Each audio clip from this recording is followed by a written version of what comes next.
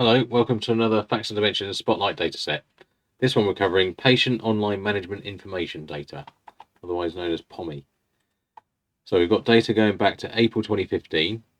There's over 6.5 million rows of data, so it's quite detailed. These are the data sets, and you can see from here it's just this one and these two that are still live, so I'm just querying them. The underlying data, that's the main one, that's got this sort of data you can see here. And those are the system suppliers, and these are the fields. There's also this supplementary data that comes out every now and again. Let's run that now.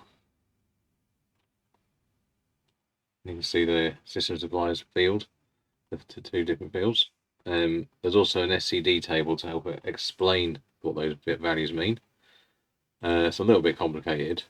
As you can see, the word field just keeps coming up. But then you use these other columns to understand it a bit better. Anyway, you'll need a free trial, log in, and have a play with it to see what I mean. Thanks.